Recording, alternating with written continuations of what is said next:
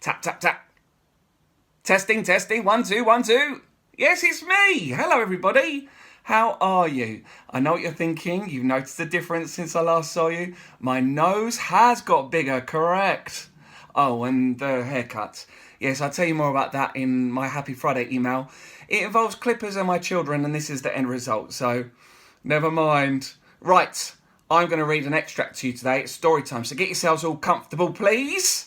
I'm going to read an extract from one of my favourite David Williams books, Gangster Granny, that I'm reading currently with my 7-year-old son. I'm going to read chapter 21, called A Tap Shoe, and it's on page 187. So if you've got a copy and you want to read along, go and grab it now. We'll wait for you. Go. Got it? Brilliant. Okay, you got it. Right, so 187, A Tap Shoe. The reason why I've chosen this chapter is because it gives me the opportunity to do a terrible Italian accent, which I very much enjoy. But can I apologise to anyone who is Italian because they may be offended? Right, that's out of the way. What else do I need to tell you? Oh, yes. For those that haven't read Gangster Granny, it's about a boy called Ben who finds out that who he thinks is a very normal granny, in fact quite a dull granny that just likes a lot of cabbage, is actually a jewel thief. And him and his granny are planning to steal the crown jewels. Now, to keep this a secret from his parents, he has told them that he's rehearsing in his room to go into a dance competition for something very similar to Strictly Come Dancing, which his mum and dad absolutely love. But really, he hasn't done any rehearsals at all. And this is the day where they find out. Here we go. Chapter 21, A Tap Shoe. Hope you enjoy it. Glasses on. Oh, I almost look intelligent. Here we go. A Tap Shoe. Ben sat silently in the back of the little brown car in his love bomb outfit. I hope you didn't forget about the competition, Ben, said Mum as she fixed her makeup in the passenger seat, her lipstick accidentally scrawling across her face as they went round a corner. No, of course not, Mum. Don't worry, son, continued Dad as he proudly drove his son to dance competition Immortality. You've done so much training up in your bedroom.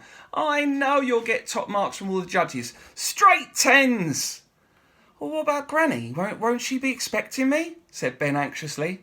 Tonight was supposed to be the night that they stole the crown jewels, but instead he was on his way to take part in a dance competition, despite never having danced a step in his life.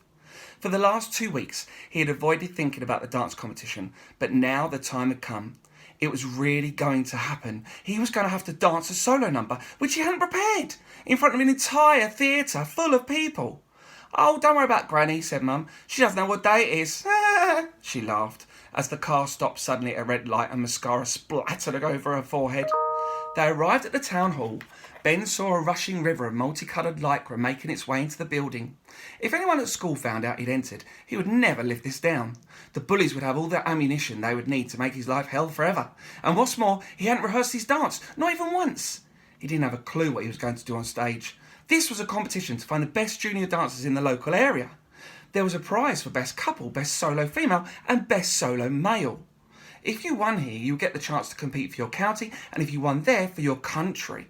This was the first step on the road to international dance superstardom. And the host for the evening was none other than Strictly Stars dancing heartthrob and his mum's favourite, Flavio Flavioli. It's so wonderful to see so many beautiful ladies here tonight, he purred in his Italian accent. Flavio looked even more shiny in real life. His hair was slicked back, his teeth were dazzlingly white, and his outfit was as tight as clean film. Now, are you all ready to rumba? The crowd all screamed, yes! Flavio, can't hear you. I said, are you ready to rumba? Yes! They all screamed again, a little louder than before. Ben was listening nervously backstage. He heard one woman's voice screech, I love you, Flavio! It sounded suspiciously like his mum. Ben looked around the dressing room. It might as well have been a convention of the most annoying children in the world. They looked so unbearably precocious, adorned in these ridiculously garish lycra outfits, smeared in fake tan and with pearly white teeth so bright they could be seen from outer space. Ben looked anxiously at his watch, knowing he was going to be terribly late to meet his granny. He waited and waited as the over-made-up quick-stepped, jived, waltzed, Viennese waltzed, tangoed, foxtrotted and cha-cha-cha'd. Finally, Ben's turn came. He stood in the wings as Flavio announced him. And now is the time for a local boy who's going to delight us all tonight with a solo dance piece. Please welcome, Ben! Flavio glided off the stage as Ben plodded on, his lycra love bomb outfit riding uncomfortably up his bottom. Ben stood alone in the middle of the dance floor. A spotlight shone on him.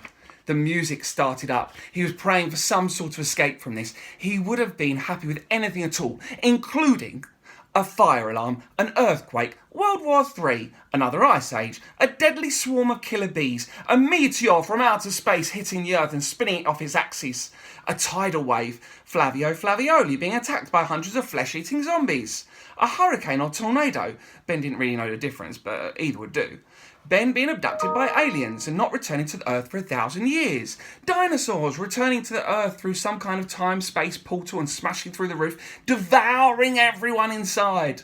A volcano erupting, though, annoyingly, there didn't seem to be any volcanoes nearby. An attack of giant slugs, even an attack of medium-sized slugs would do. Ben wasn't fussy. Any of the above would have sufficed. The music played for a while and Ben realised he hadn't moved his body yet. He looked over at his parents, who beamed with pride seeing their only child centre stage at last. He looked to the wings where their ever-smiling Flavio was giving him an encouraging grin. Please make the ground open up now. It didn't. There was no choice but to do something. Anything. Ben started moving his legs, then his arms, then his head.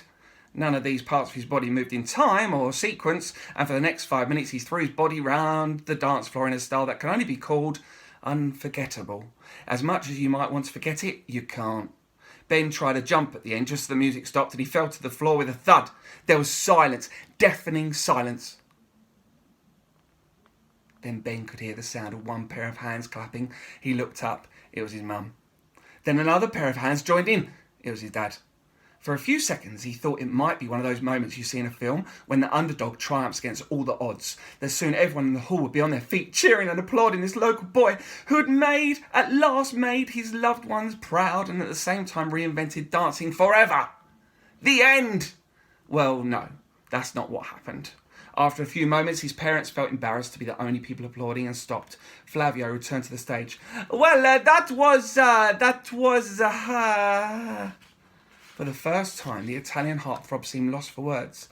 Judges, can we have your scores for Ben, please? 0, said the first. 0. 0. Only one more judge to go. Could Ben make it 4 zeros? But the final judge must have felt sorry for the sweaty little boy in front of her, who had shamed his family for generations with his epic display of talentlessness. She shuffled her scoring paddles under the desk. 1. She announced. There were loud boos and jeers from the audience, so she corrected her score. Oh, I'm sorry, I mean 0, she said, holding up her original choice of paddle.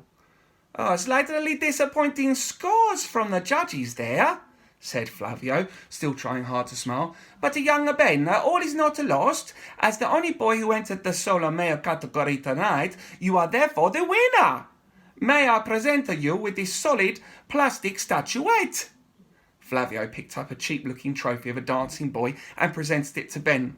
Ladies and gentlemen, boys and girls, a round of applause for Ben. There was silence again. Even Mum and Dad didn't dare to clap. Then boos started and then jeers and catcall shouts of, Shame on you! No! And fix! Flavio's perfect smile began to crack. He leaned down to Ben and whispered in his ear, You'd better get out of here before you get lynched. At that exact moment, a tap shoe was thrown from the back of the audience. It flew at speed through the air. It was probably aimed at Ben, but instead, it hit Flavio right between the eyes, and he fell to the ground unconscious. Time to make my excuses and leave, thought Ben. There we go. That was chapter 21 from David Walliams' Gangster Granny. Hope you enjoyed it, and I'll see you next time. Take care of yourselves. All the best. Bye-bye.